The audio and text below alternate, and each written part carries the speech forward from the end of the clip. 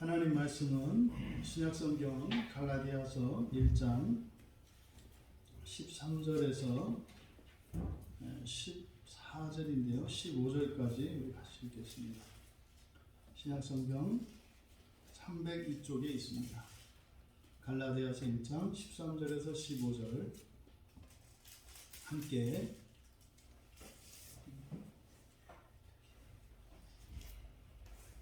(302) 쪽입니다. 네? 갈라디아서 1장. 네. 자, 함께 읽겠습니다.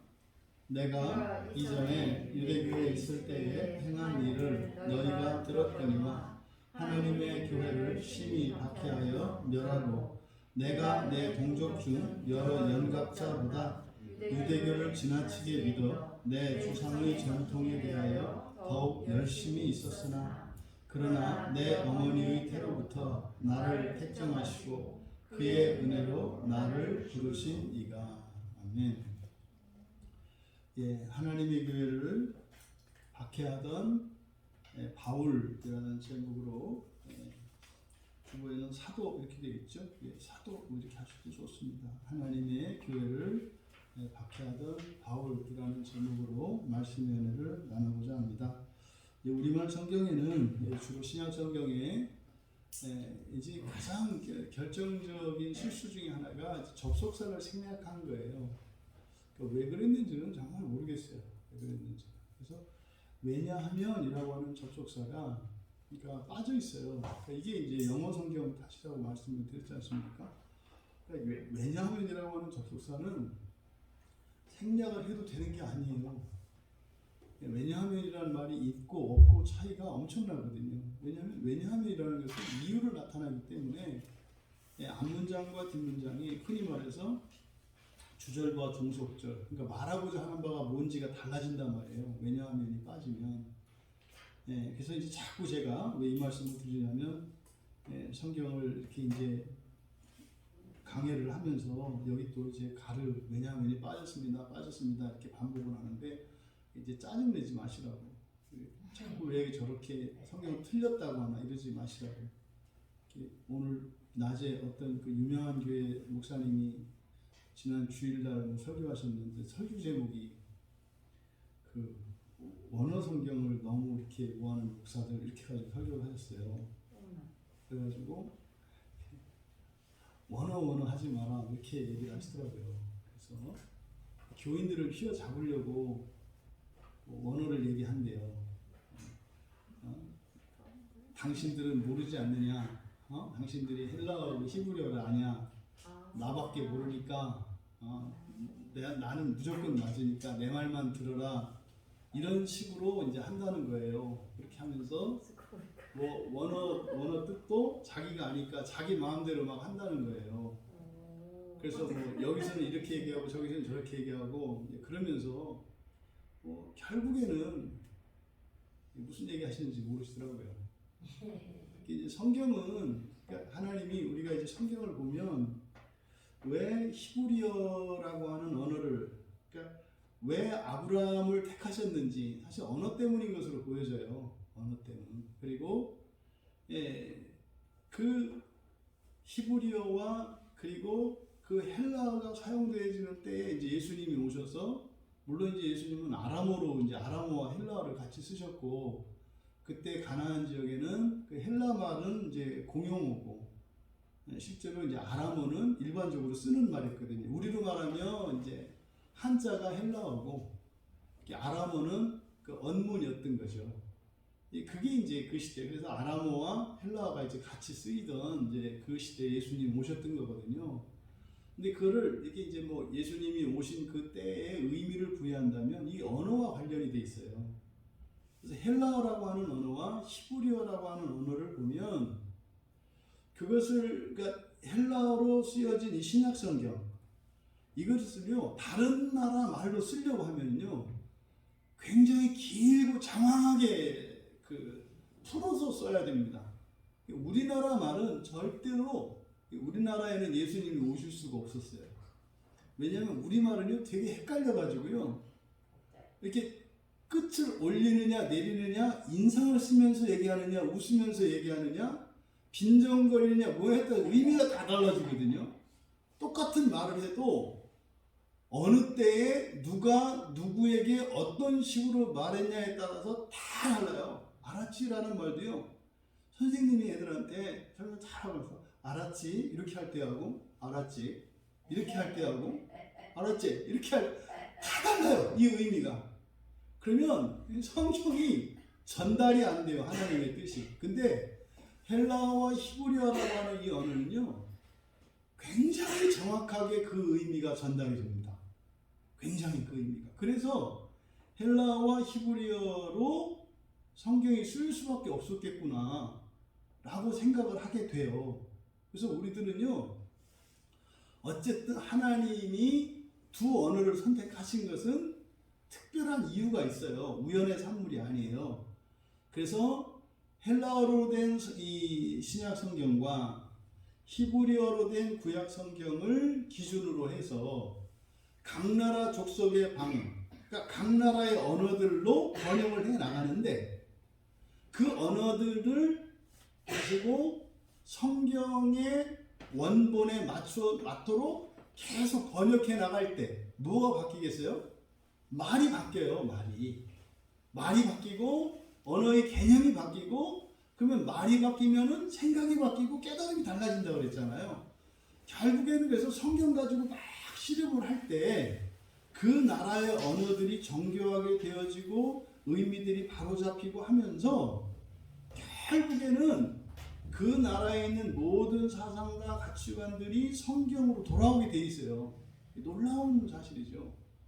그래서 우리들은 절대 한글 성경을 기준으로 삼으면 신천지 같은 이만희 같은 사람이 되는 거고요.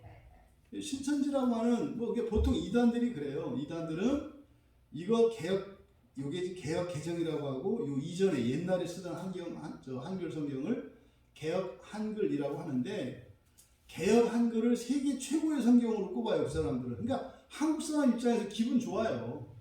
네? 이 한글 성경이 최고다. 이게 이 세계의 중심이다.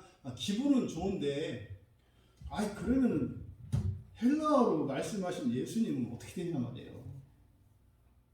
말이 안 닿잖아요, 말이. 또 이제 영어 성경이 또 최고다라는 사람도 있다 그랬잖아요.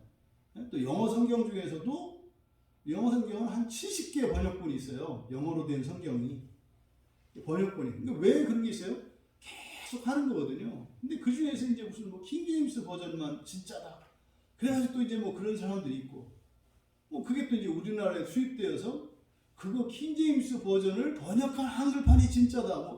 이건 말도 안 되는 이런 일들이 일어나고 있죠. 우리는요, 그 원문을 헬라어로 된 신약 성경을 기준으로, 그리고 히브리어로 쓰인 구약 성경을 기준으로, 하지만 고대의 히브리어는 우리가 알 수 없기 때문에 그것을 헬라어로 바꾸어 놓은 70인역 성경을 가지고 기독교인들은 신앙생활을 하는 거예요. 이게 기본이에요. 우리가 성경 그랬을 때 그 성경은 뭐예요? 헬라어 성경과 히브리어 구약 성경과 헬라어로 번역해 놓은 구약 성경을 헬라어로 번역해 놓은 70인역 성경, 요 세 권의 책을 모든 기독교인은 그것을 중심으로 가는 거예요. 전 세계, 이건 모든 시대에 마찬가지예요. 예수님 당시에도 마찬가지고, 앞으로 예수님이 언제 오실지 모르겠습니다만은 2000년 뒤에 오신다면은 2000년 동안도 이거는 변함이 없는 거예요. 하지만 점점 시간이 가면 어떻게 돼요? 원문에 가까워져야 되겠죠. 지난 주일날 우리가 알아봤습니다만, 아니 그 조사 하나만 바꿨는데도 의미가 확 살아나잖아요. 괜히 질 필요도 없는 짐을 스스로 알아서 막 지고 있었잖아요. 하나님이 해주시겠다는데 어떻게 하는 거예요? 바지가랑이 자꾸 늘어지는 거예요. 하나님이 안아주시겠다고 하는데 바지 자꾸 늘어져요. 아니 너를 안아주려고 한다니까, 알았다고 하면서 막 다리 잡고 이 늘어지는 이런 말도 안 되는 신앙생활이 왜 일어나요? 성경에 대한 잘못된 이해 때문에 그렇다. 지금 13절도 가르, 왜냐하면 이라는 말이에요. 가르라는 말로 시작을 해요. 그러니까 왜냐하면이니까 이것은요, 바로 앞에 있는 11절과 12절의 내용에 대한 이유를 설명하는 거죠. 그러니까 11절, 12절이 뭐였습니까? 그냥 간단히 말해서 내가 너희들한테 전한 복음, 그리고 지금 전하고 있는 복음, 사람한테 배운 거 아니고 사람들 하는 거 따라서 한 거 아니다. 이거는 오직 누구요? 예수 그리스도의 계시로 말미암은 것이다. 제가 다른 것은 몰라도요, 여러분 최소한 여기서 강단에서 설교하고 여러분들하고 성경 공부할 때요, 그 사람을 따라서 하는 거 아니고요. 어쨌든 제 나름대로는요, 성경을 따라서 여러분들한테 최대한 어쨌든 성경을 따라서 말씀드리려고 해요. 그러다 보니까 사람들의 교리와 자꾸 부딪히는 부분이 있어요. 이거는 절대로 여러분들이 오해하시면 안 돼요. 제가 조금 더 안다. 천만에요. 저는 진짜로 다른 목사님들보다 이렇게 더 많이 아는 사람이 아니에요. 그렇잖아요. 저도 오늘 이 설교를 준비할 때 비로소 이걸 본다니까요. 제가 미리 갈라디아서를 다 보고 알고 나서 설교하는 제가 그럴 실력도 없고요. 그럴 적이 안 돼요. 그럴 처지가 안 돼요. 그냥 매일 세기백 설교 준비하느라고 절절 매고요. 수요일날, 금요일날, 주일날, 그러니까 설교 제목도 바꾸잖아요. 준비하다 보니까 설교 제목이 이렇게 되면 안 되는 거예요. 이런 것처럼 저도 여러분하고 별반 다르지 않아요.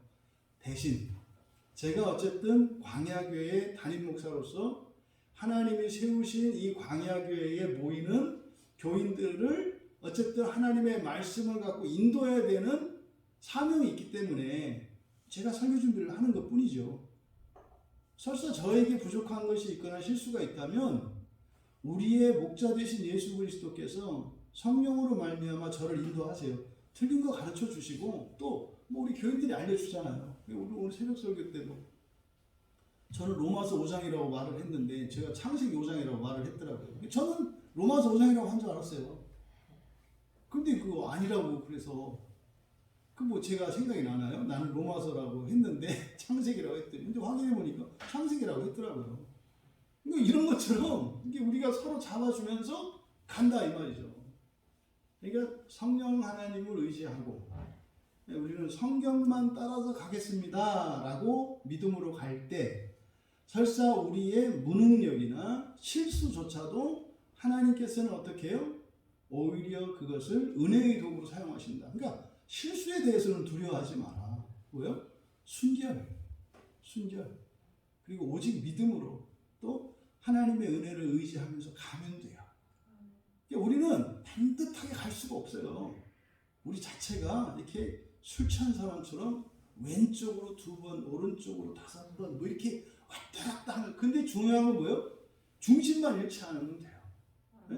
시간은 좀 걸리더라도 왼쪽으로 갔다가 또 다시 왔다가 또 갔다가 이렇게 왔다 갔다 하더라도 어쨌든 방향만 맞으면 돼요. 방향만 맞으면.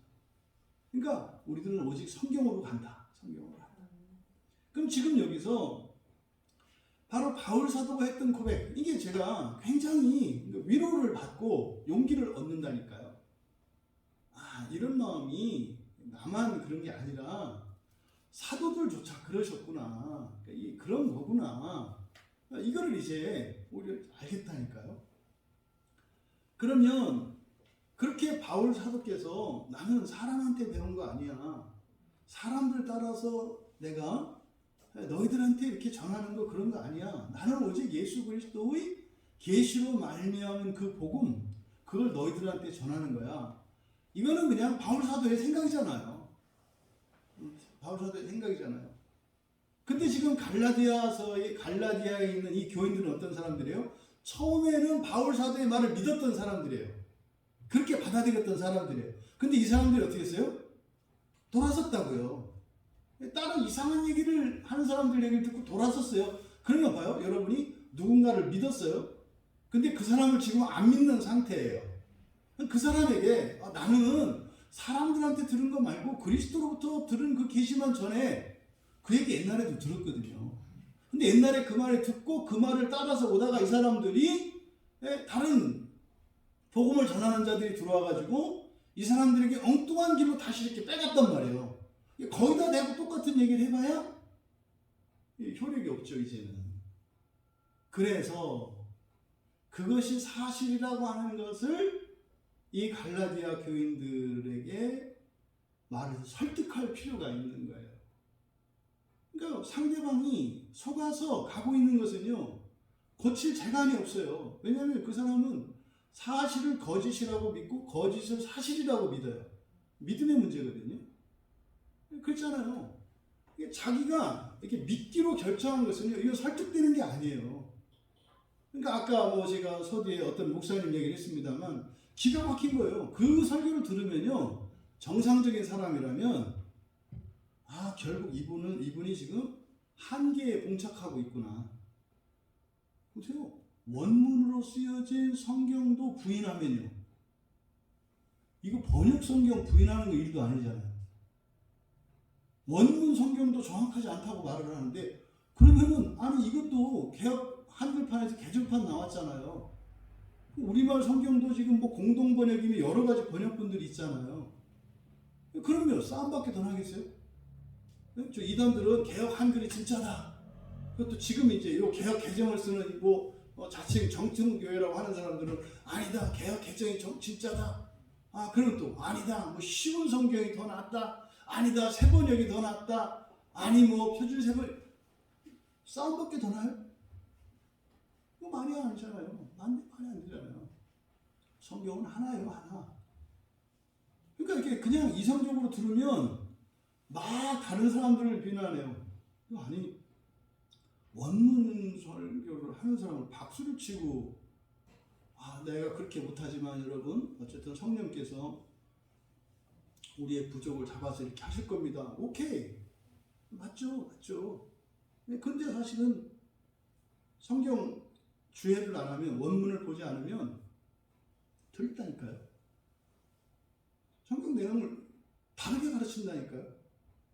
한글 성경 자체가 잘못되어 있는데 그거 어떡할 거예요? 그걸 보고 오답지를 가지고 문제풀이하는 선생님을 생각해 보세요. 일과의 연습 문제, 일과 시험 문제를 지금 이렇게 풀이를 해주는데 2과 답지를 보고 그 답에 맞춰서 풀어준다고 생각을 해보세요. 기가 막힌 얘기 아니에요? 뭐 하는 얘기는 틀린 얘기는 없겠죠. 근데 말도 안 되는 얘기죠. 이 문제하고는 안 맞으니까. 그래서 다시 한번 이렇게 말씀드리는 이유가 뭐냐면, 부안해동하지 마세요. 성경은요, 하나예요, 하나. 물론 사분 간에도 약간의 차이점이 있고 이렇게 이제 합니다만, 성경의 언어는 헬라어와 히브리어예요. 예외적으로 사용되는 아람어 이런 단어들은 말고 기본적으로 성경의 언어는 헬라어와 히브리어다. 이거에 있어서 여러분들이 기준을 갖고 있으셔야 돼요. 그래서요, 성경을 계속 바꾸어 가야 한다니까요. 더 온전하게.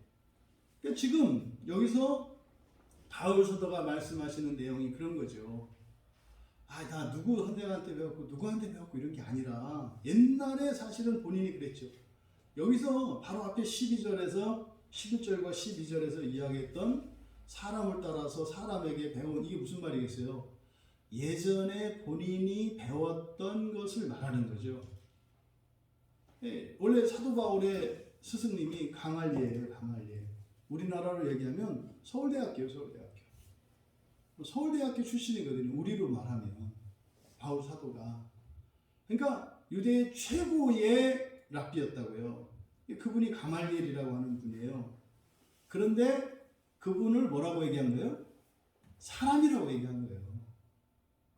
결국 내가 그때 배웠던 것들이, 구약 성경을 배우고 암기하고 이렇게 했던 것들이 이론이었다.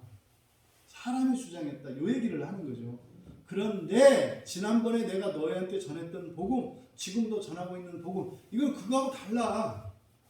내가 선생님한테 배워서 공부 열심히 해가지고 다 암기하고 이해하고 완벽하게 소화해서 내가 준비된 강의를 옛날에는 했었지. 내가 나도 뭐 실제로 가말리엘의 그 문화에 있었던 제자 가운데 가장 수제자였단 말이에요. 바울이 그때도 강의 잘했어요.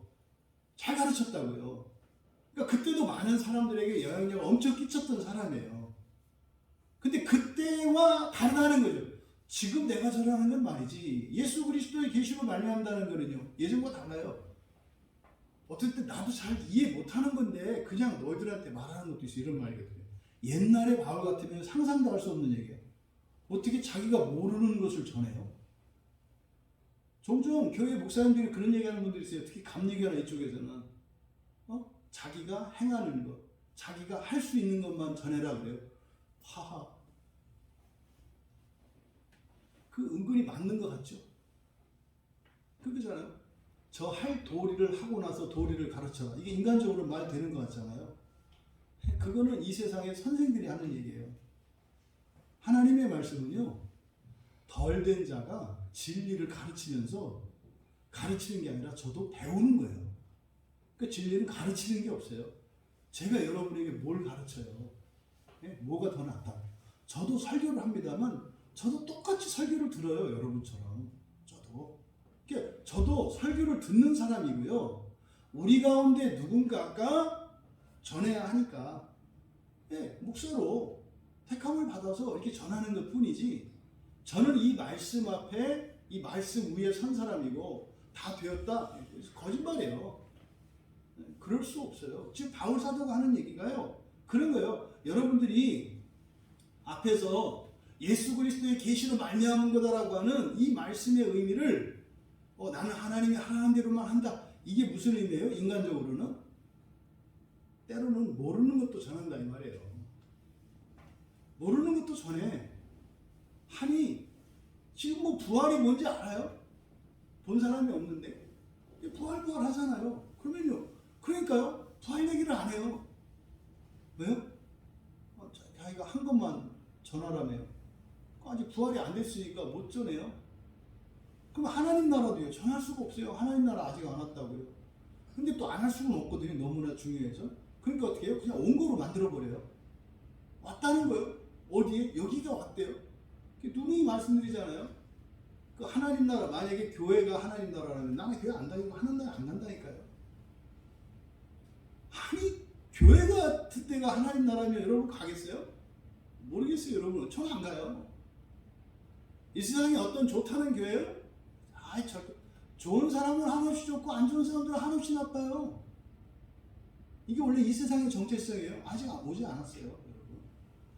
그러니까 예수 그리스도의 계시로 말한다고 하는 것은요 그런 거예요. 나와는 상관이 없다. 나와는 상관이 없다는 것이 사실은 뭐예요? 무책임한 거 아니에요. 책임지는 거예요. 거기는요 사실은 예전에는 내가 확실히 알고 그리고 확신이 차서 그것을 설명했어요. 근데 자신이 있었다고요. 지금은요 모르는데도 더 자신 있어요. 모르는데도 더 자신 있어요. 옛날에는요 모르는 걸 말할 때 이거 말도 안 되고 덜덜덜 떠는 거 보세요. 보세요. 지금 얼마나 다 아는 것처럼 하는 거 보세요.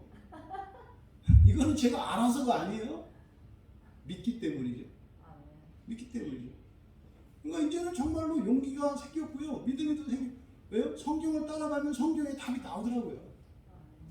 겁도 없이 이상한 얘기를 했는데 성경에서 좀 찾아가면요 막 박수 쳐요. 맞다 이렇게. 그 얼마나 좋겠어요. 그러니까 성경은 그냥 아무데나 펴도 진리고 그냥 아무데나 가지고 있는 그대로만 말하면 되는 거구나 이렇게 되는 거예요. 그러면요 막 되게 제가 똑똑한 것처럼 어떻게 느낄 때가 있어요.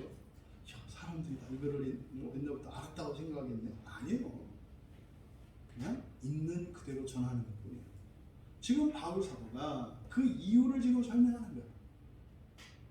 왜? 예전에 너무 잘했기 때문에 인간적으로. 근데 그거하고 너무 달라 지금. 근데 문제는 이 사람들이 어떻게 해요? 한번 복음을 받아들였다가 돌아선 사람들이에요. 그러니까 이게 돌이키기가 참 어렵다고요. 그래서 교회에서도 그러잖아요. 성경 공부 안 하고 아무것도 몰랐던 사람들은 가르치기가 쉬워요. 왜요? 그냥 따라오거든요. 그런 줄 알고. 근데요, 조금 이렇게 많이 아는 것도 아니지. 그냥 이렇게 묵은 거지, 묵어가지고. 그러니까 이제 생각나는 단어 하나 그것도 확실한 것도 아니고. 어렵다 무엇이 있어. 그러니까 자꾸 딴지를 걸어. 그거 이거 아닌가. 아니, 그 말이 되냐니까요. 근데 그 실상이 그래요, 실상이. 그러니까 지금요, 이 갈라디아 교인들을 돌이킬 때, 돌이켜야 되는 이 바울 사도의 마음이 어떻겠냐고요. 알죠. 믿었다가 반대로 돌아선 사람을 돌이키기가 얼마나 어려운 줄 알죠. 그래서 바울이 구구절절하게 그들의 마음을 돌리기 위해서 이제 자신이 전하는 것이 사람의 가르침에 또 자기의 지식으로, 바울이 가지고 있던 지식, 옛날에 했던 강의 방식, 그런 게 아니라 이거는 철저히 주님의 종으로서 주님께서 주신 말씀을 전한 것이라는 것을 설명해야 될 필요를 느낀 거예요. 그러니까 그랬잖아요. 이 갈라디아서는 아직 읽지 않았어요. 이거는 굉장히 말하자면은 첫 번째 강의 같은 거예요. 여러분 그러잖아요. 뭘 하셔도 처음 하고 나면 후회가 되잖아요. 그때 뭐가 좀 모자랐고, 그 말은 그렇게 하지 말고 이렇게 했어야 되는데, 실제로 바울 사도가 앞으로 쓰게 되는 모든 서신서들에 대한 가장 중요한 개념들이 이 갈라디아서 안에 녹아 있어요. 그래서 이 갈라디아서에 있는 내용들이 막 펼쳐지는 거고요. 실제로 로마서 같은 경우는 이 갈라디아서에 있는 내용이 해제들이 많고, 마찬가지예요.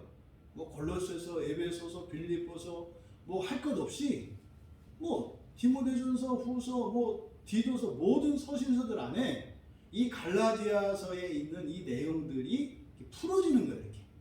그러니까 굉장히 함축되어 있는 내용들이죠. 근데 거기에서 어떻게 한 20%에 해당하는 부분을 자기 변명에 쓰고 있다. 이거 뭐예요? 듣게 하려고. 아시잖아요, 여러분. 딱 눈 마주치고 쳐다보고도 안 들으실 수 있잖아요, 여러분들. 이렇게 하고 있지만 뭐 여기는 뭐 이순신 장군, 임진왜란 보고 있을 수도 있잖아요.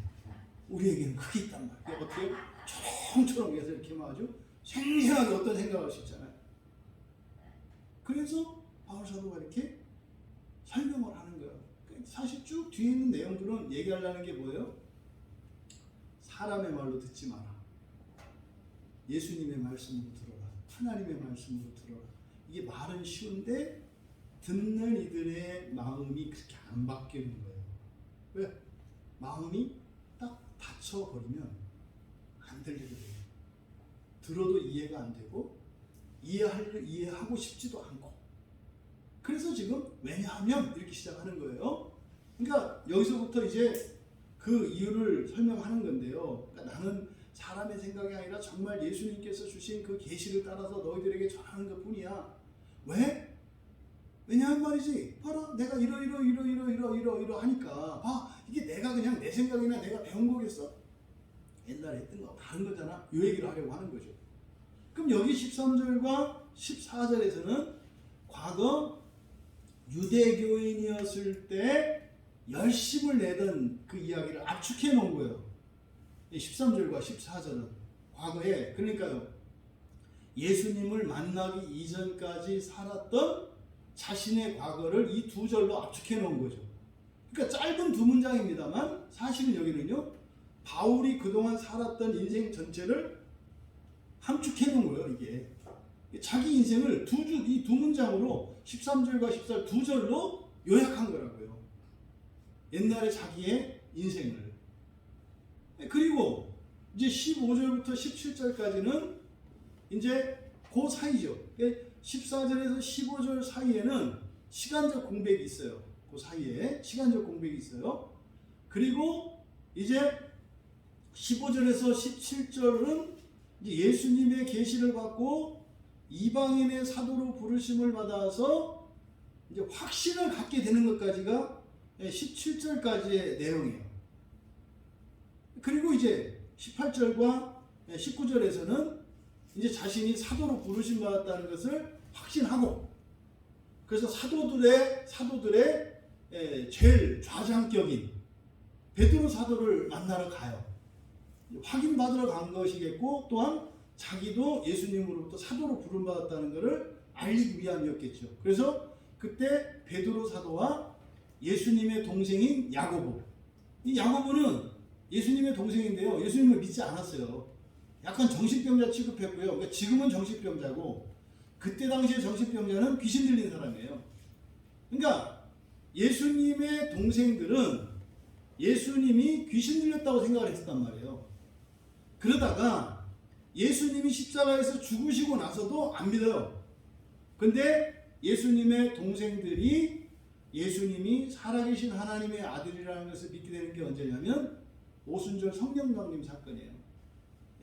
그래서 마가의 다락방에 성령이 불길같이 불의 혀와같이 막 임했을 때 그때 성령 충만을 입으면서 자기의 과거 형님이었던 예수님과 함께 지냈던 어릴 적부터의 모든 삶이 재해석된 거예요. 아, 그게 아니었고 이거였구나. 그래서 예수님의 동생인 야고보가 예루살렘 교회의 가장 중요한 위치에 있어요. 그래서 예루살렘 교회를 담임한다고요. 성경에 있는 뒤에 있는 야고보서가 사도가 아니라 예수님의 동생인 야고보가 쓴 거예요. 왜 야고보가 쓴 걸 넣어놨느냐? 확실히 믿지 않았었거든요. 예수님의 동생들은. 근데 그 사람들이 오순절 성령 강림 사건 이후로 예수님을 믿게 되었기 때문에, 그러니까 확실히 안 믿었던 사람이 확실히 믿게 됨으로써 더 그 영향력 있죠. 받아들이는 사람. 그런 거 있잖아요, 여러분. 아, 예전에는 제가 뭐 절간에서 알아주는 수였는데 어느 날 목탁을 두드리는데 하늘에서 벼락이 치면서 찬재야 네가 목탁 두드릴 때마다 골치 아픈 예수다 뭐 이래가지고 막 목탁이 깨지고 불상이 넘어지고, 그래서 그날부터 제가 교회로 내려와서 목사가 됐습니다 이랬을 때 감동이 오지 않아요? 와, 이런 거 그게 이제 야고보예요. 그리고 유다, 야고보서와 그 유다서라고 하는 게 바로 예수님의 친혈육의 동생이 쓴 편지예요. 근데 성당에서는요, 그걸 뭐라고 그러겠어요? 절대로 예수님의 동생이 쓰면 안 되죠. 왜냐하면요, 성당에서는 마리아가 처녀성을 유지했다고 믿거든요. 예수님을 낳는데요, 처녀성이 안 깨졌다는 거예요. 그래서 임신할 때도 처녀로 임신했고 아기를 낳는데도 처녀였다는 거예요. 그래서요, 이거는 신적 존재가 되는 거예요. 그래서 성처녀 그러잖아요. 성처녀. 마리아가 처녀라고 하는 것이 굉장히 중요해요. 캐톨릭 천주교 사상에서는. 이제 말도 안 되는 이제 그런 이야기를 하죠. 근데 이미 뒤에 써 있는 그러면 이 야고보나 유다는 누구잖아요. 그러니까 그냥 다 사도들이다. 왜 이름이 또 나오니까 이렇게 얘기를 하죠. 근데 아니거든요. 어쨌든 지금 여기서 이렇게 예루살렘에 가서 바울 사도가 자신이 이제 예수님으로부터 이방인의 사도로 부르심을 받았고, 처음에는 그것을 자기 자신도 확신할 수가 없어서 고민했지만 드디어 나는 이제 그를 확신을 했고 그 사명을 위해서 살기로 했다. 그래서 이제 예루살렘으로 올라가서 베드로하고 야고보를 만났던 사건을 거론하고, 그 다음에 이제 20절과 24절에서는 당시 이제 여러 교회에서 자기 자신에 대해서 회자되던 이야기를 해요. 그러니까 바울이라고 하는 사람이 옛날에는 막 그 기독교인 잡아 죽이던 사람 아니에요. 근데 얼굴은 모르죠. 지금처럼 뭐 이렇게 매스컴에 나와가지고 이렇게 얼굴이 나오는 게 아니기 때문에 대신 그러죠. 옛날 바울이라고 하는 자가 막 기독교인들 못 잡아 죽여서 사니고 바울만 만나면은 다 도망가야 됐었는데, 이제는 기독교를 박해하던 그 사람이 이제는 기독교 복음을 전하기 위해서 목숨 걸고 산다네 라는 얘기가 모든 교회에 떠들었다는 말이에요. 네? 오늘날 같으면 이제 신천지에 옛날에 유명한 신천지 강사였는데 그 사람들이 요새는 뭐 교회 와서 신천지가 이다이라고 강단하는데 그 사람 못 믿어요. 그 사람들 그 자체가 신천지를 선전해요. 교회 와서. 그러니까 신천지 출신 강사라고 하는 사람들이 그런 사람들을 기성교회에서 불러다가 강의를 시키는데 진짜 멍청한 짓이에요. 정말 멍청한 짓이에요. 거기서 왜 이 교회에 들어와가지고서는요, 신천지 교리를 말을 해요. 말은 틀렸다고 가르쳐준대요. 여러분 아시죠? 말이 들어오면 뭐가 들어온다고요? 생각이 들어온다고 그랬죠? 그러면요, 신천지 교리가 어떻다고 말을 가르쳐요. 그럼 사람들 중에서 어떤 생각을 해요? 그럴 수도 있겠네. 그 사람들 때문에 간다니까요. 저는 왜냐면 제가 잠깐 교회를 떠나서 이렇게 사회생활을 해봤기 때문에 그 사람들의 잔머리가 저는 아는 거예요. 그 사람들은 종교인이 아니에요. 비즈니스맨들이에요. 비즈니스맨. 사업가들이거든요. 그러니까 이만 이런 사람들은요, 목사도 아니고 그냥 종교 사업가예요. 종교 사업가. 그러니까 다 경영 마인드고요. 그래서 경영에서 하는 그 M&A 하는 거, 회사 합병시키는 거, 예? 좋은 회사 막 주식값 폭락시킨 다음에 그거 인수합병 하잖아요. 그렇게 해가지고 그 회사 같이 이렇게 팔아먹고, 이게 지금 신천지가 하는 일인데 똑같아요. 기업 원리하고. 신천지 출신 강사라고 하는 사람은 제가 봤을 때는 그런 사람들을 그 세우는 교인들이 참 불쌍해요. 왜 그런 악한 말을 왜 들어야 돼요? 말도 안 되는 교리를 왜 들어요? 이건 틀린 거예요? 틀린 거 백날 배워봐야 소용없어요. 바른 것을 알면 돼요. 바른 것을 알면요, 틀린 거 외우지 않아도 틀린 건지 그냥 알아요. 그 틀린 거는요, 외울 필요가 없어요. 1000가지 틀린 거 몰라도 되고요. 한 가지 바른 거 알면 돼요. 아니, 그 우리가 무슨 틀린 거 시험 봐야 되나? 근데 이런 방식으로 하고 있죠. 그러니까 여러분들은 오직 성경만 따라가시면 된다. 성경만 따라가시면 된다. 자, 13절에 들어갑니다. 사족이 너무 길었는데 어쨌든 13절을 먼저 사역을 하면 이렇게 됩니다. 왜냐하면 너희들은 내가 유대교에 있을 때의 행한 일, 행실을 들었을 것이기 때문이다. 그러니까 지금 내가 하는 거하고 그때하고 다르지 않느냐 이 말이에요.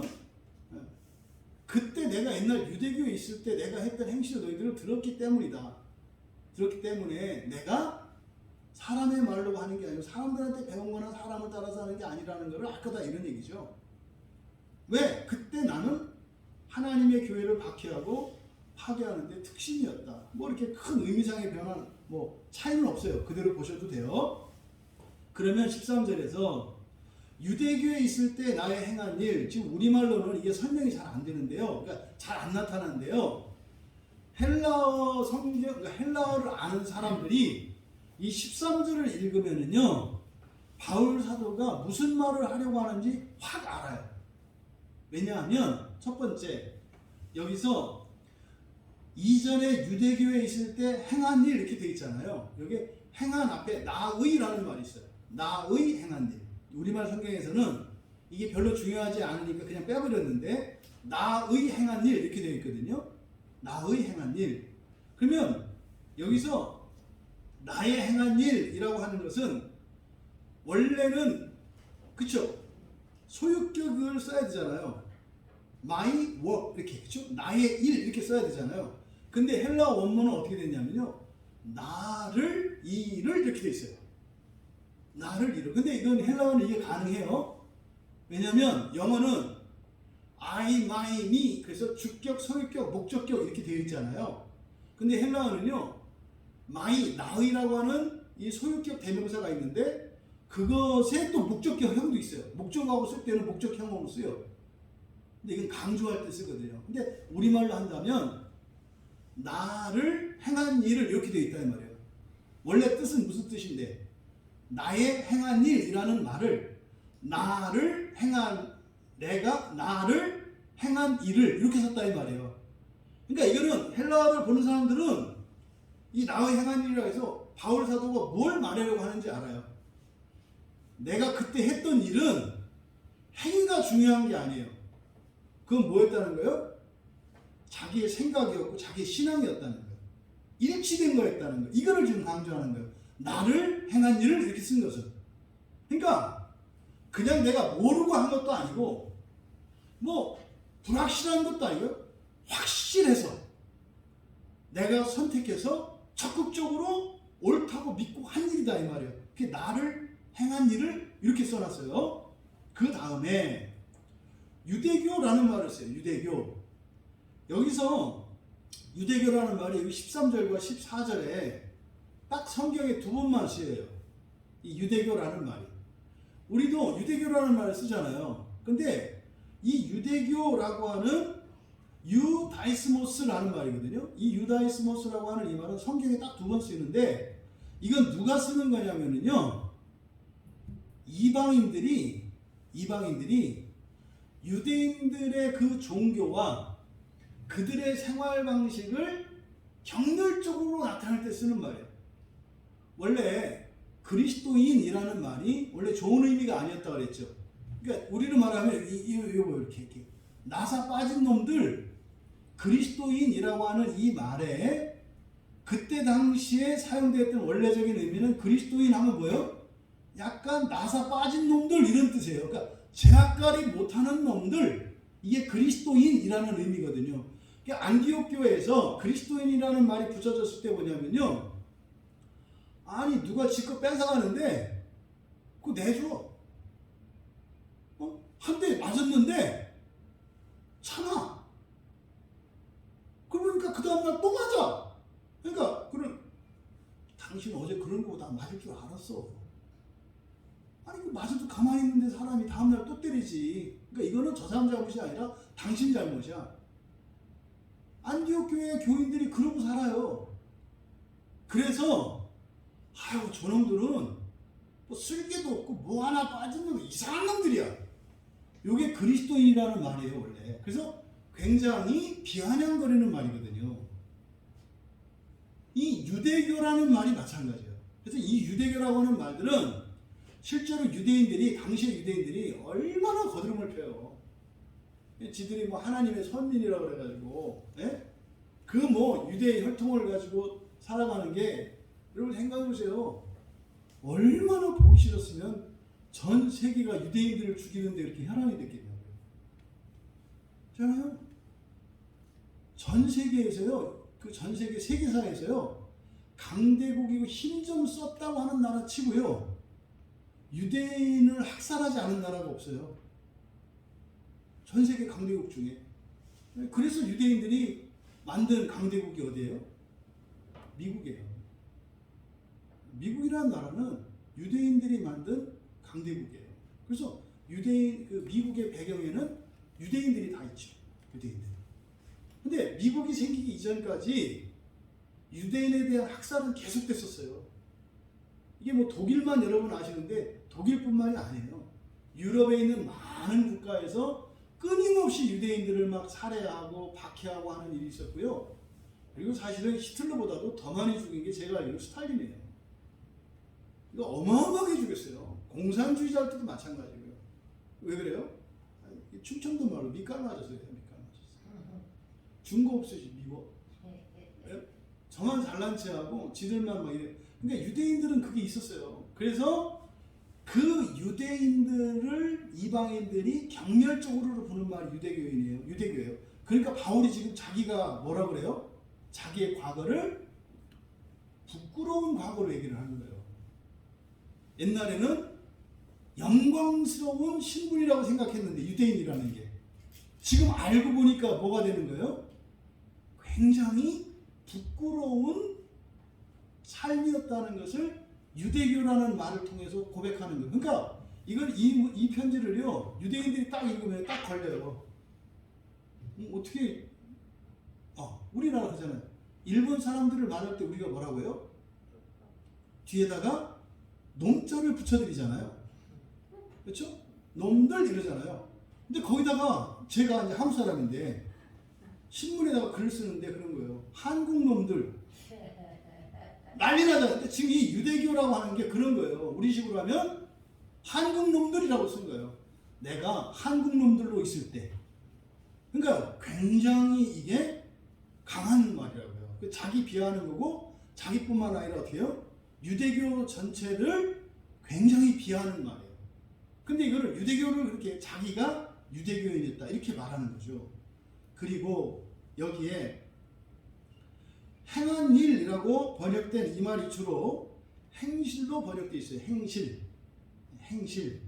에베소서 4장 22절에는 습관으로 되어 있거든요. 너희는 유혹의 옛사람을 따라 썩어져가는 구습을 버리고, 구습이 옛날 습관이잖아요.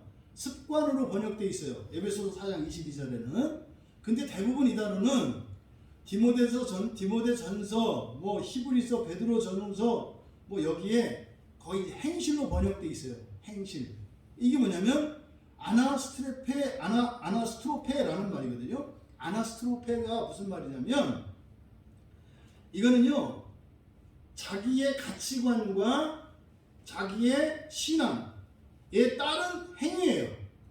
그러니까 우리로 말하면 우리 지금 예배를 드리잖아요. 이런 거를 말하는 거예요. 이런 거를. 또 우리나라 사람들은 어른을 보면 아이들이 인사를 하죠. 그러니까 이것은 모든 행위를 나타내는 말이 아니라 가치관과 사상과 종교적 신념이 포함된 이런 행위들을 나타내는 말이에요. 여기 사용된 행실이라는 말. 그러니까 그리스도인들이 식사할 때 기도하잖아요. 이거는 그냥 형식적으로 하는 게 아니죠. 거기에는 믿음이 있고 거기에는 실제적으로 하나님 역사하시는 일들이 있잖아요. 우리의 믿음의 행위잖아요. 그러니까 여기서 말하는 행한 일로 번역된 이 행실, 이 아나스트로페라고 하는 것은 그런 거예요. 무신론자들은 사람이나 동물이나 똑같이 여겨요. 네, 그래서 이 공산주의자들은 사람이라고 해서 특별히 더 생각하지 않아요. 그래서요, 공산주의자들이 잔인한 이유가 뭐냐면 그냥 고기 덩어리를 보기 때문에요. 소고기나 돼지고기나 사람 고기나 크게 다르지 않아. 뭐 이런 뜻이에요. 키우는 개나 사람이나 똑같다는 거예요.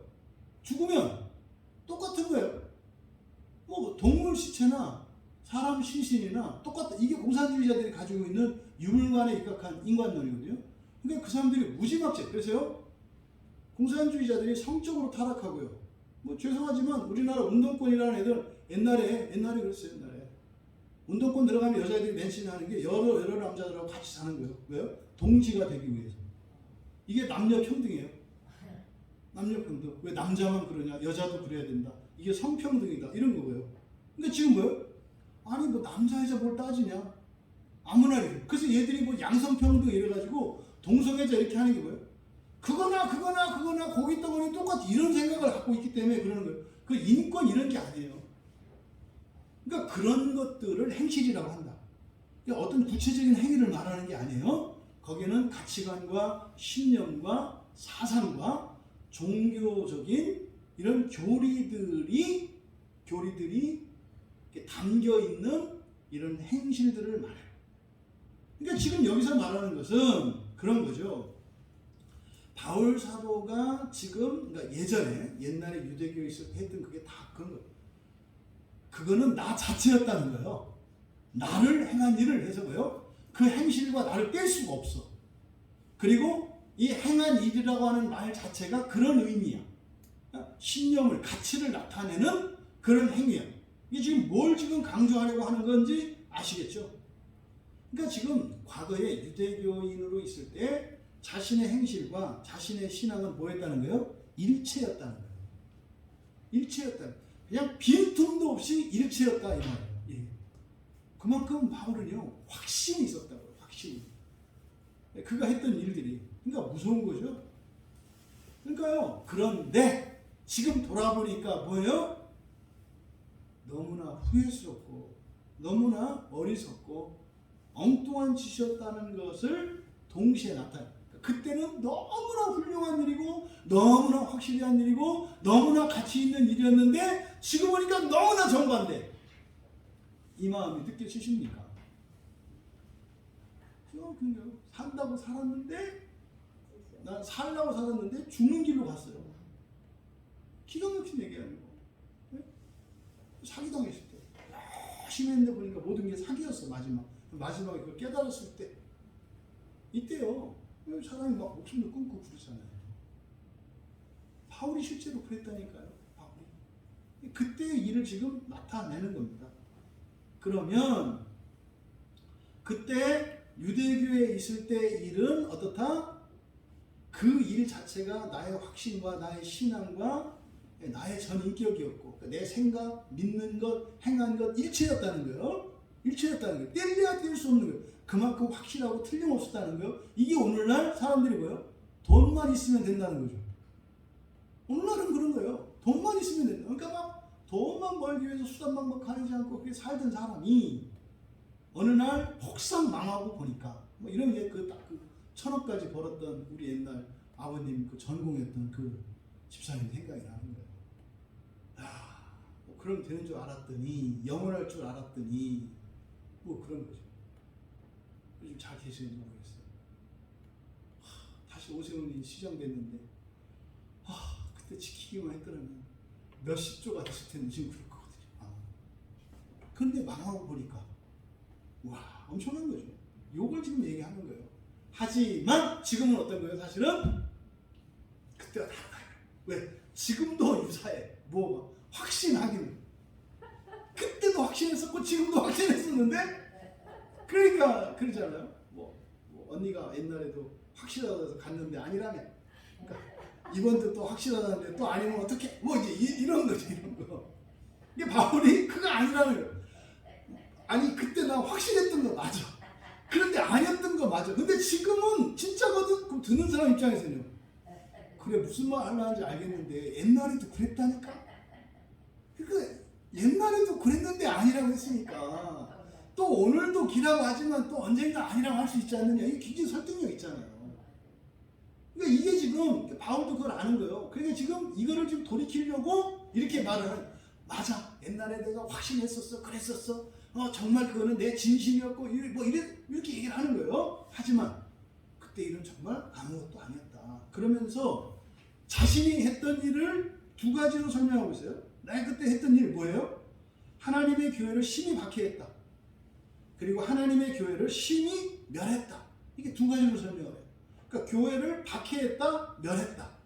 여기서 박해했다. 요 얘기는요. 박해하다가 여기서 사용하는 디오코 생각나시나요? 디오코가 뭐냐면 사냥꾼이 사냥감을 쫓아가는 거예요. 여러분들이 사냥을 해보시면은 이게 저는 어렸을 때 총 들고 사냥을 해봤거든요. 그래가지고 뭐 할 때 몰거든요 한쪽으로. 그건 죽을 목숨이에요. 왜 한쪽으로 모니까. 이게 디오코거든요. 그래서 이 디오코라고 하는 것은요 교회를 심히 박해했다. 그러니까 이 기독교 자체를 막 몰아가는 거야. 이게 박해한다고 그런 거예요. 근데 목표는 뭐예요? 죽이는 거예요. 죽이기 위해서 근데 확 죽이는 게 아니야. 몰아서 죽여. 한쪽으로 몰아서 죽여. 그러니까 막 도망가면서 숨을 헐떡이면서 사냥꾼에게 쫓기는 사슴을 생각을 해보시라고요. 예? 입에서 막 그냥 입김을 푹푹 내보면서 멈추면 죽으니까. 근데 심장이 터질 것 같아. 더 이상 뛰면 안 돼. 근데 멈추면 죽어. 그런데도 뛰어야 되잖아요.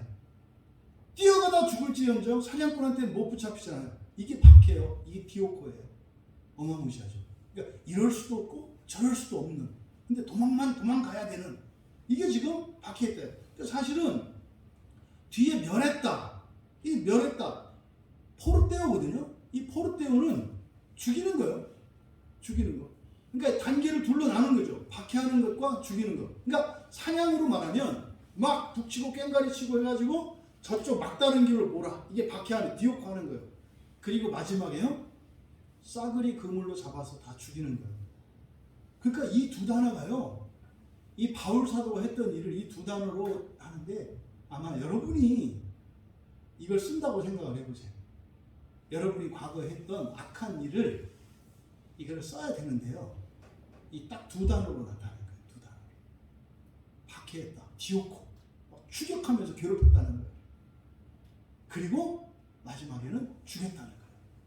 그러니까 여기서 박해했다라고 하는 이것은요. 그러니까 기독교를 이제 이단으로 몰아세우고 또 종교적으로 제도적으로 박해한 걸 말하겠죠.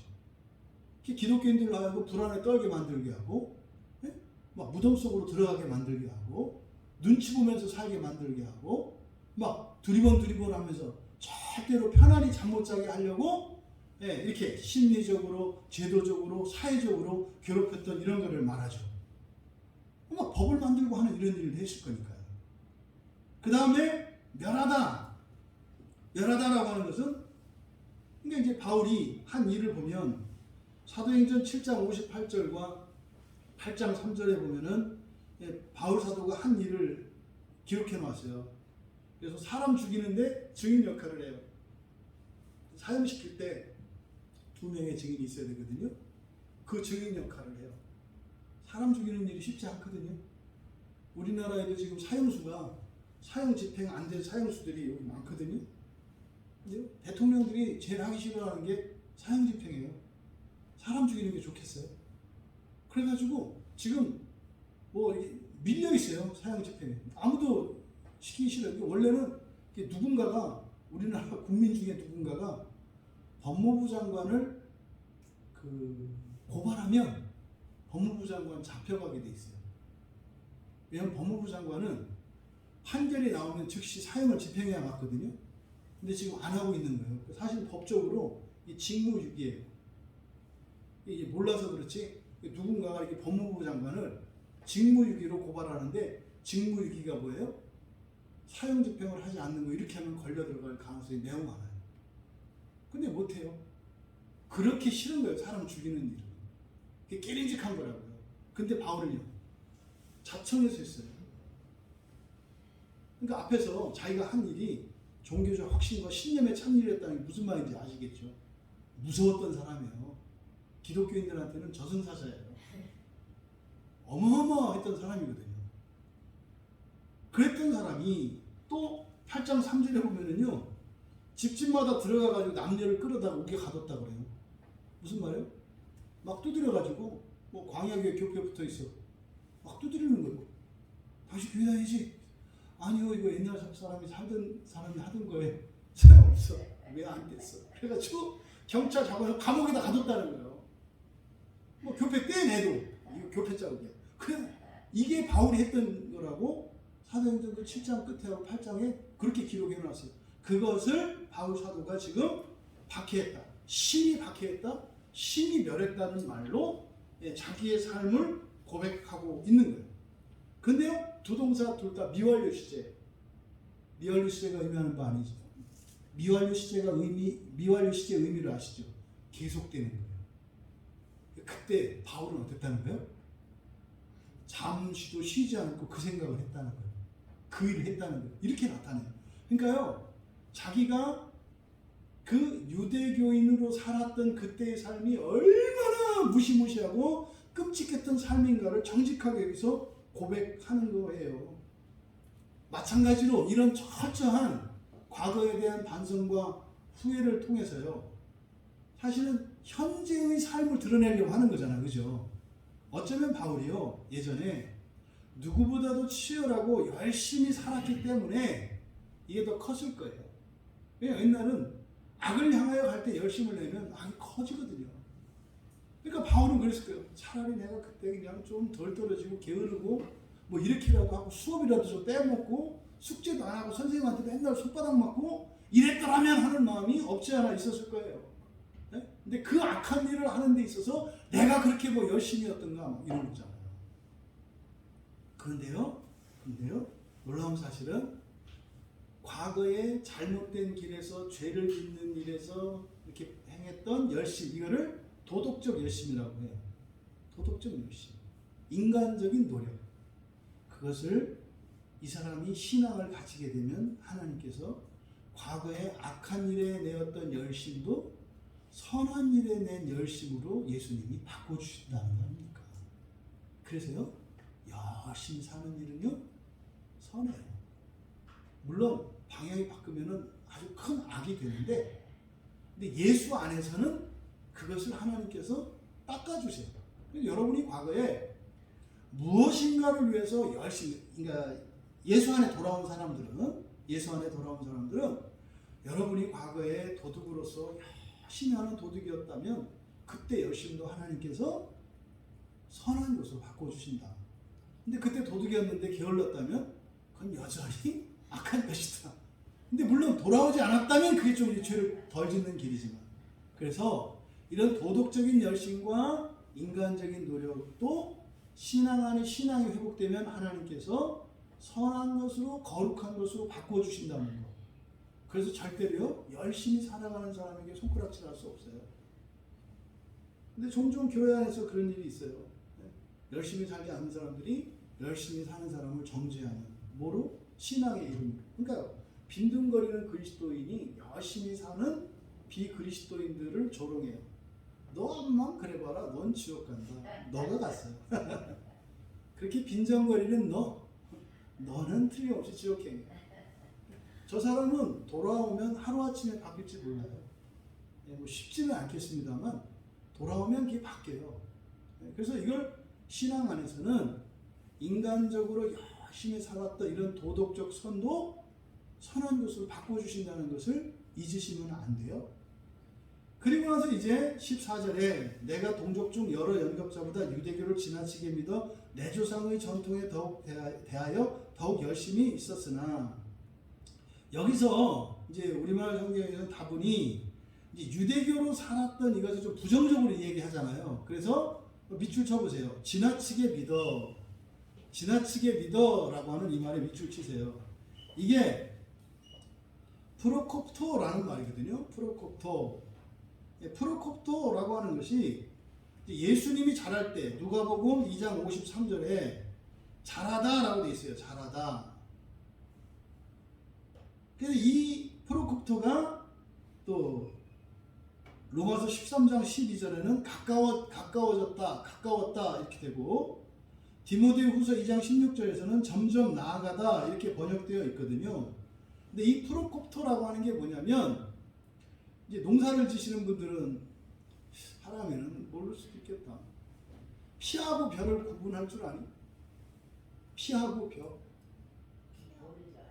그랬더니 또 그러면은 알지 목사님, 그 벼에 빨간 게 묻어 있으면 피고 피가 피 알아? 피? 저번에 자료 찾다가 보긴 했는데. 이 공부하는 사람입니다. 그러니까 벼같이 생겼어. 근데 논에 가면 큰 애들이 있어. 이게 딱 표시가 나 이렇게. 피는 이렇게 위에 벼보다 훨씬 커. 그래서 이렇게 딱 보면은 그 머리 저 집에서 깎은 거 마냥 이렇게 삐죽삐죽 나온 이런 머리 마냥 이 큰 애들이 있어. 예, 이게 특히 커. 요게 피가. 요게 이 프로콥토라는 게 그런 거예요. 뛰어나다라는 뜻이에요. 뛰어나다. 그러니까 특별히 잘하는 걸 말해요. 여기서 지나치게 믿었다라고 하는 게 뭐예요? 초월적으로 특별히 뛰어나다 이런 말이에요. 그래서 지금 유대교를 어떻게 해요? 우리 민족 중에 다른 동년배 제자들보다 훨씬 뛰어났다고 얘기를 하는 거예요. 여기도 마찬가지로 미완료 시제를 써요. 그러니까요, 이게 우리로 말하면 1등을 놓친 적이 없다 이런 뜻이에요. 1등을 놓친 적이 없다.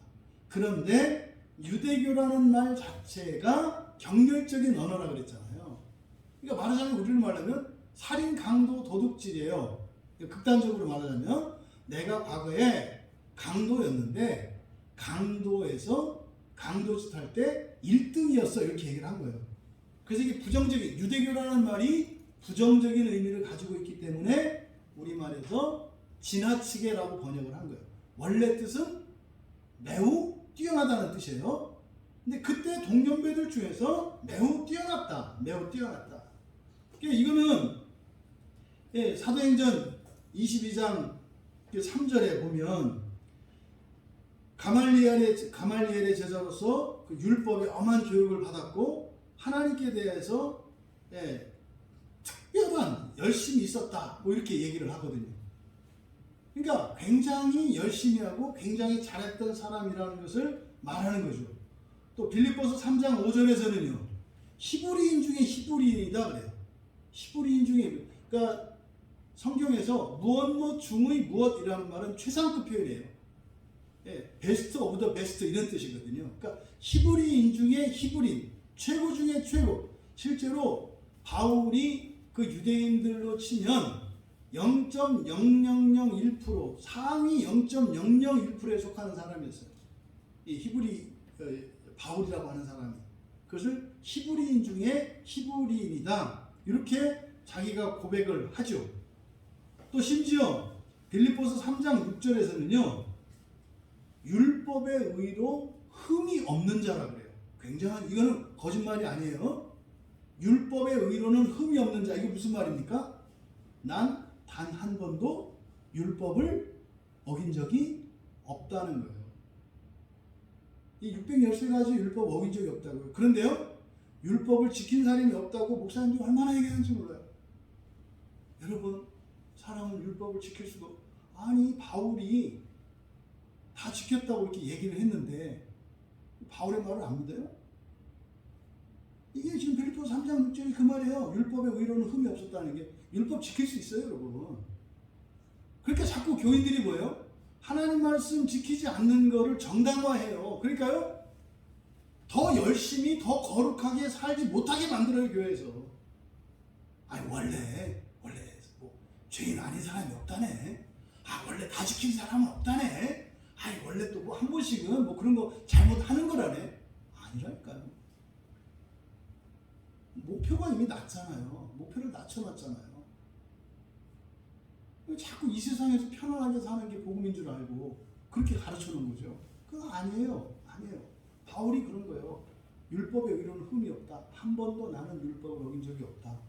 이런 거예요. 그러니까 그 사람이 얼마나 뛰어났던 사람인지 알겠죠. 게다가 내 조상의 전통에 대하여 더욱 열심히 있었다. 이 전통이라는 말은 원래 넘겨준다는 뜻이에요. 파라하고 디돔이 이렇게 합쳐진 건데요. 건네준다는 뜻이에요. 이렇게 전수한다. 전수하는 것. 전수하는 것. 이게 전통이죠. 뭐 이렇게 가문의 비전 이런 거 있지 않습니까? 김치찌개를 끓일 때 맛있게 끓이려면은 미원을 충분히 넣어라. 뭐 이런 가전의 비전, 비법. 미원을 많이 넣으면 깊은 맛이 나서 이거는 무엇으로도 흉내낼 수 없는 김치찌개 맛이 난다. 이게 그게 보니까 옛날 우리 어머니의 김치찌개였어요. 왜 우리 어머니가 끓이면 그렇게 국도 맛있고 찌개도 맛있고 진짜 우리 어머니는 요리를 잘 하신다고 생각하셨는데 미원을 많이 쓰셨던 거예요. 그게 이제 내려오는 비전이죠. 비전. 요게 파라하고 디도미가 합쳐진 파라도시스 명사형이니까 파라도시스. 그게 이제 전수, 넘겨진 것 이런 뜻이에요. 그러니까 이거는 인위적인 규례죠. 하나님이 직접 계시해준 토라, 말씀이 아니라 사람들이 만들어낸 규칙을 말해요. 그러니까 실제로 613가지의 그 율법에는요, 그 계명이죠. 613가지의 그 계명이 있는데 여호와 하나님께서 시내산에서 직접 모세에게 말씀해 주신 법이 있고요. 모세가 백성들을 데리고 그 법을 가지고 살다 보니까 백성들 사이에 갈등이 일어나고 문제가 생겨요. 그때 규칙들을 만들죠. 이게 전통이에요, 전통.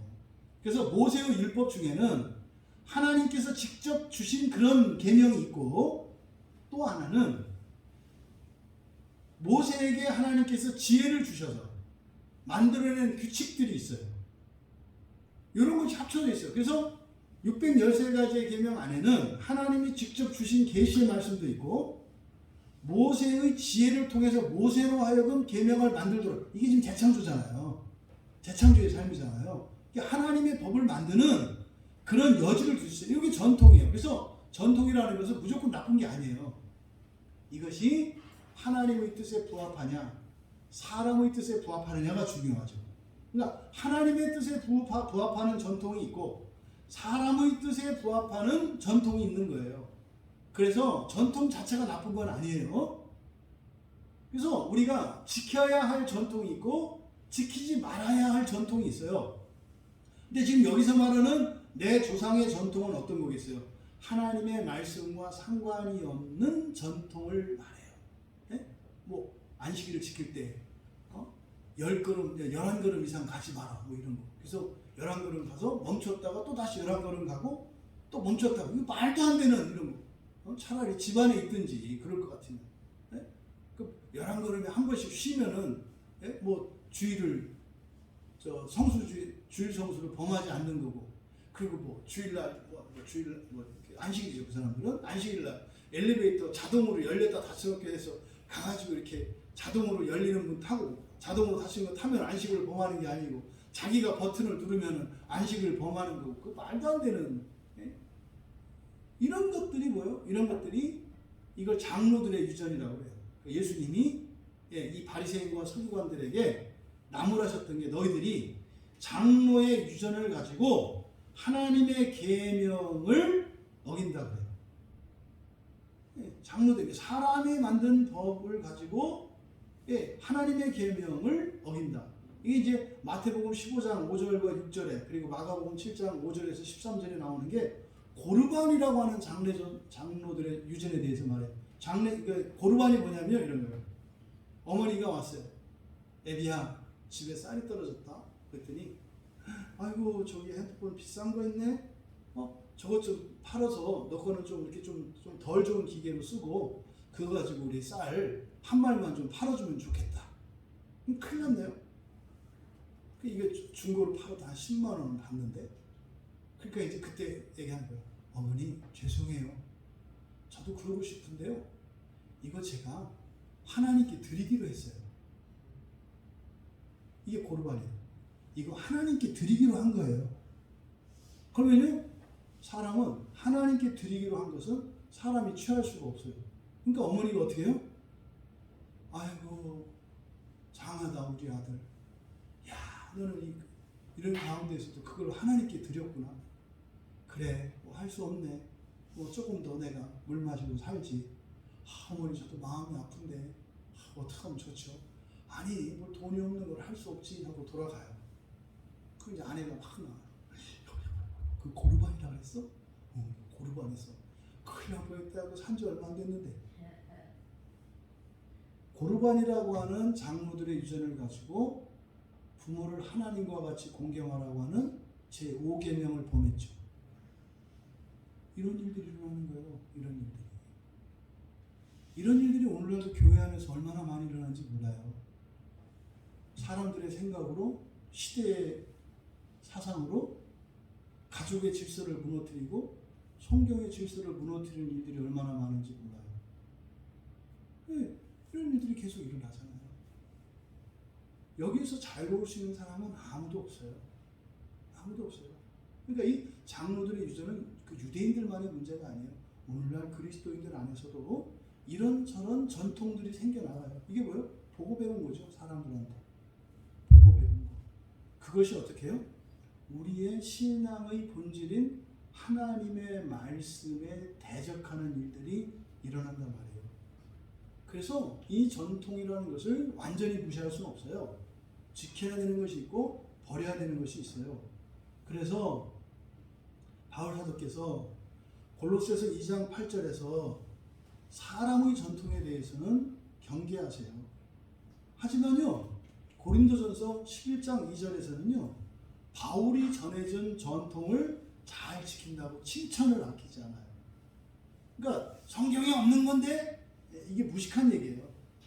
성경이 없는 전통을 교회에서 만들어낼 수 있어요. 하지만 그거는 절대로 어떤 경우에도 하나님의 말씀과 대적할 수 없다. 이것이 캐톨릭에서는 어떻게 된 거예요? 사람의 전통과 하나님의 말씀이 같아진 거예요. 이게 예수님 당시에 이 바리새인이나 이 서기관들이 했던 바로 고르반이죠. 성당에 가는데 예수님이 안 보이고 마리아가 보여요. 예수님이 안 보여요. 그리고요, 아니 예수님은 승천하셔서 뭐 하늘에 계신데 십자가에서 아직도 안 내놨어요. 성당 가면. 성당 가면 아직도 박아놨어요. 예수님을. 왜 그럴까요? 재물이니까. 우린 재물이 떨어지면 안 돼요. 그 사람들은. 제사를 지내잖아요. 미사가 제사가 있잖아요. 제사 때는 반드시 재물이 있어야죠. 그래서 여기다가 예수님 상을, 이게 재물이에요. 이게 재물이라고 해요. 그러니까 성당에서는 헌금 가지고 헌금 기도 이런 거 안 해요. 왜요? 그건 재물이 안 되거든요. 재물은 오직 예수만 되거든요. 그래서 예수님은요, 아직 거기서는 장례도 안 치렀어요. 예수님을 못 내려와. 제사 지내야 되니까. 이게 장로들의 유전이다 이 말이에요. 그러니까 성당에 있는 십자가에서는요, 제발 예수님 좀 장례라도 좀 치렀어요. 아니 장례를 치러야 죽었다 살아나시든지 승천하시든지 할 거 아니에요. 십자가에 못 박아놓고 못 내려오게 하고 있으니. 그러니까 얼마나 그러잖아요. 예수님이 저에 계시다. 그러니까요, 성당은 뭘 믿는다고 그랬어요? 무천년주의라고 그랬죠. 성당은. 지금이 하나님 나라라고 믿는다고 그 사람들은. 예수님이 통치하시고 장차 다시 오시고 이를 안 믿어요. 당연히 안 믿죠. 예수는 여기 있는데. 여기 지금 십자가 못 박혀 있는데 무슨 예수님이 저기 있어요. 예수님은 여기 있고 교황은 다스리고. 이게 지금 장로들의 전통과 하나님의 말씀이 정면으로 충돌하는 이런 상황이죠. 이게 천주교 뿐입니까? 교회도 마찬가지예요. 교회 안에도 이런 게 있죠. 교회 안에도. 어쨌든 전통은 하나님의 말씀에 부합하는 것이냐 부합하지 않는 것이냐를 따져서 하나님 말씀에 부합하는 전통이라면 그것도 권위가 있고 그것은 지켜야 한다는 거예요. 여러분 주일 예배를 드리는 거 성경에 주일 예배를 드리라고 어디에 나와 있어요? 주일 예배 11시에 드리라는 거 어디 없어요. 그 전통이잖아요. 전통. 교회 안에서 그렇게 한 이유가 있어요. 그러면요 그는 지켜줘야 되는 거예요. 왜? 성경의 가르침에 부합하니까. 그래서 이거를 분별할 수 있어야 되는 거죠. 성도들은. 성숙한 성도들은. 그러니까 말도 안 되는 거 신천지 이만희 같은 거 보세요. 거기서 만들어내는 교리. 교회를 위해서 가정을 떠나라. 이런 거 없다니까요. 가정을 해체하고 교회를 이런 거 없어요. 너 직장일 하지 말고 교회 와라. 너 집안일 하지 말고 이런 거 없다니까요. 너 자신의 일을 하고 너 가정의 일을 하고 너 교회를 하고 회사 일을 하고 교회를 하고 그러지 하지 말고 와라 이런 거 없어요. 또 마찬가지죠. 너 교회 가지 말고 회사 일해라 이런 것도 없어요. 너 주일날 코로나 오니까 예배 드리지 말고 집에 있으라 이런 것도 없어요. 그러니까 이런 거를 여러분들이 잘 분별해야죠. 그러니까 예배가 무슨 대면 예배가 있고 비대면 예배 그 말도 안 되는 소리 하고 있어요. 전통이죠. 와서 예배를 드리는 거는. 왜? 옛날 초대교회 때는 집에서 예배 드렸다니까요. 가정 집집마다 모여서 서너 가정씩 모여서 예배 드렸지 지금처럼 많이 안 했다고요. 근데 지금은요 교회 전통이 됐잖아요. 이게 나오는 거죠. 그래서 우리가 지켜야 할 전통과 버려야 할 전통 이것을 바꿔 이게 개혁이에요.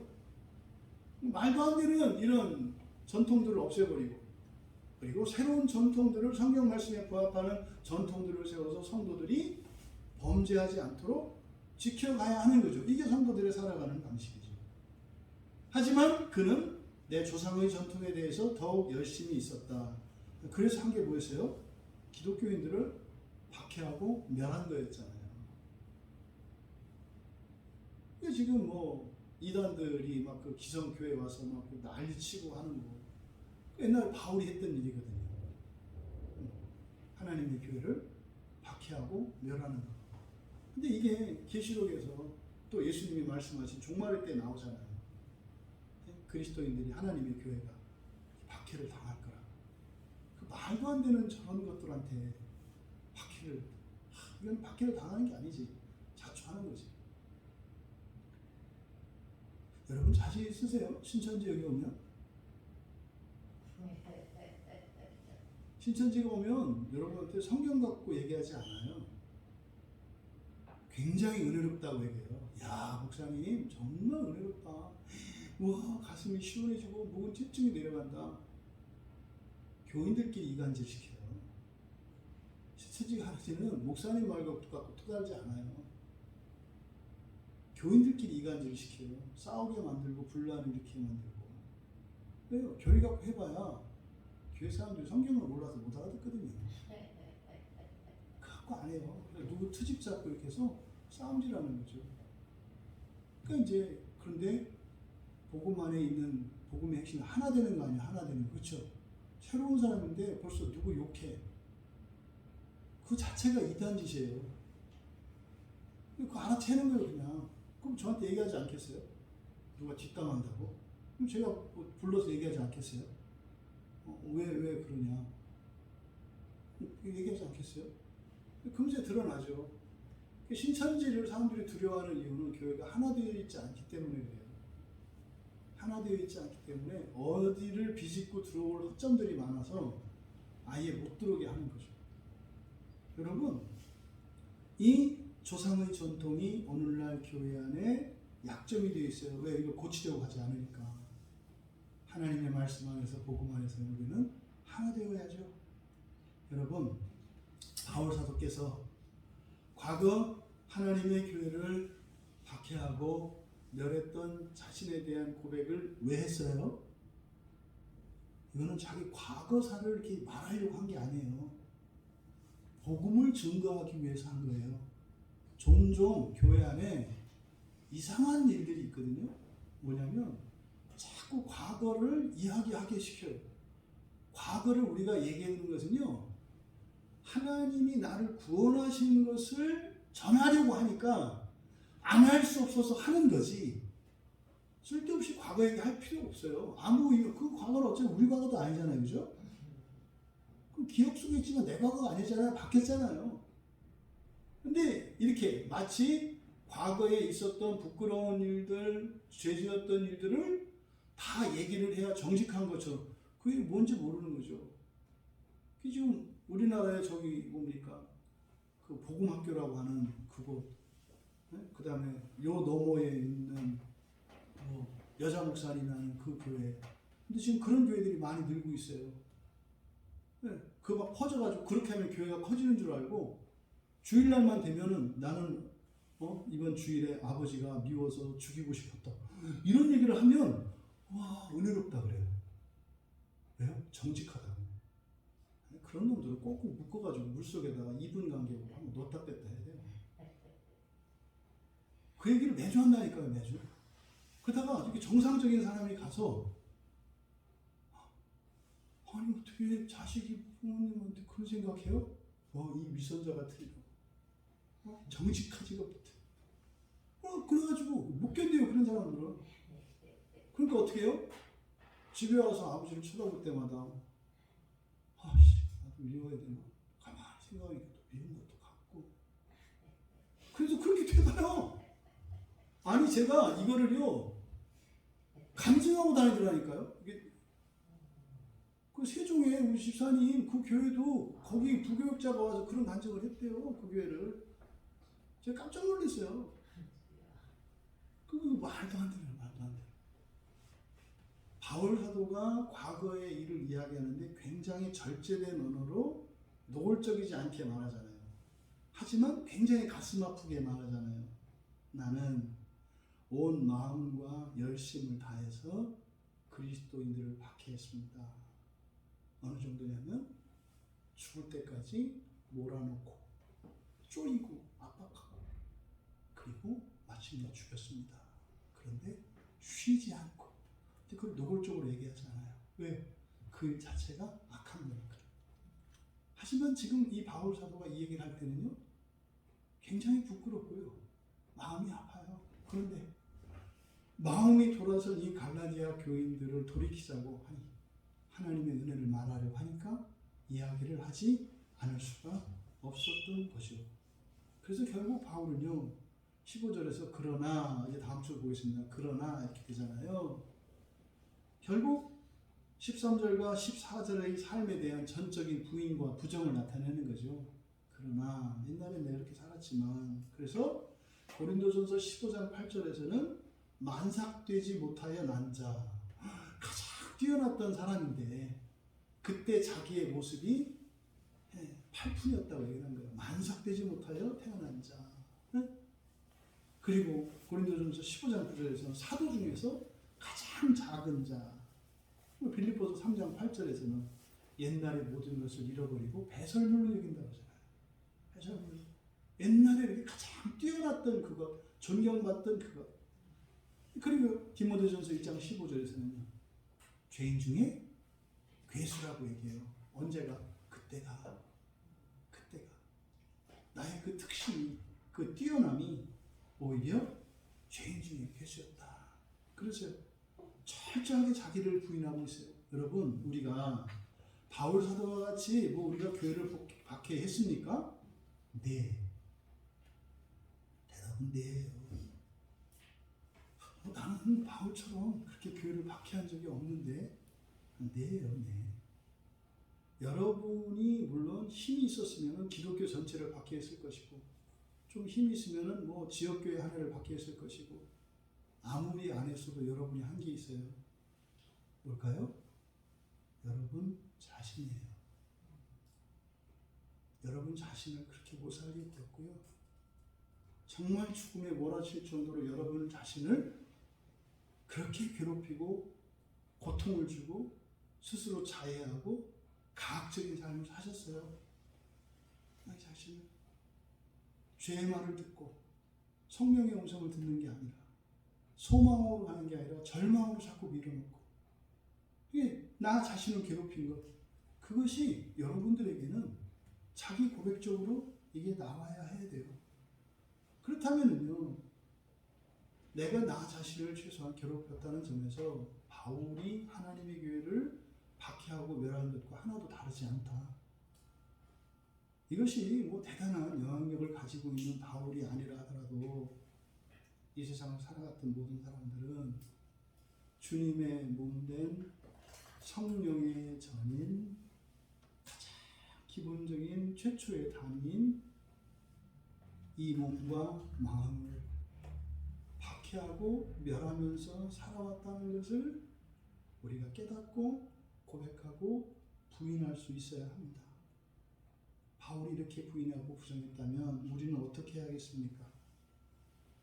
예수님을 의지하지 않고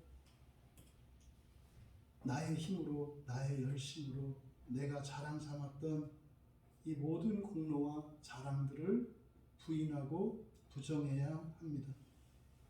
그리고요, 절대적으로 예수님의 은혜였었고 현재도 모든 것이 예수님께 의존적인 존재임을 인정하고 순종해야 합니다. 그것이 우리가 과거에 교회를 박해하고 멸하였던 자기를 부인하고 부정하는 겁니다.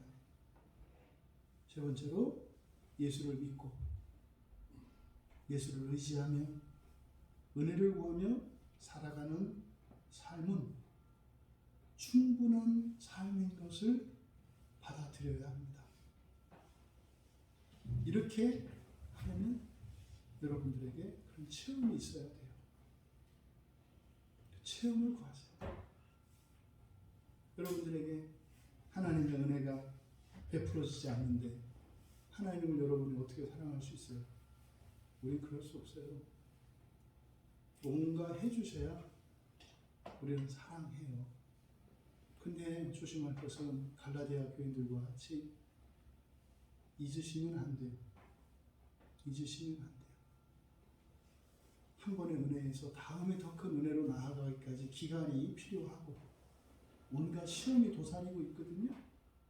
그래서 다음에 더 큰 은혜가 주어지고 체험될 때까지 여러분들이 이겨내셔야 돼요. 그러려면요, 과거에 나의 삶 가운데 주셨던 하나님의 은혜를 잊지 말고 기억해야 합니다. 그리고요, 잊지 마세요, 여러분. 여러분의 기쁨과 만족과 즐거움과 영광은 오직 예수 그리스도로부터만 옵니다. 우리가 아까 기도할 때 말씀드렸죠. 여러분이 힘들고 지쳐요. 왜 그래요? 여러분 마음속에 사랑으로 가득 차 있기 때문이에요. 그게 여러분을 박해하고 멸하는 거예요. 여러분 안에 예수 그리스도가 계셔야 살아요. 예수 그리스도가 계셔야 살아요. 절망 중에 예수님을 모시고 예수님께 구해보세요. 주님, 내가 정말 죽게 되었습니다. 나를 살려주십시오. 사람을 의지하지 마시고 세상을 의지하지 마시고.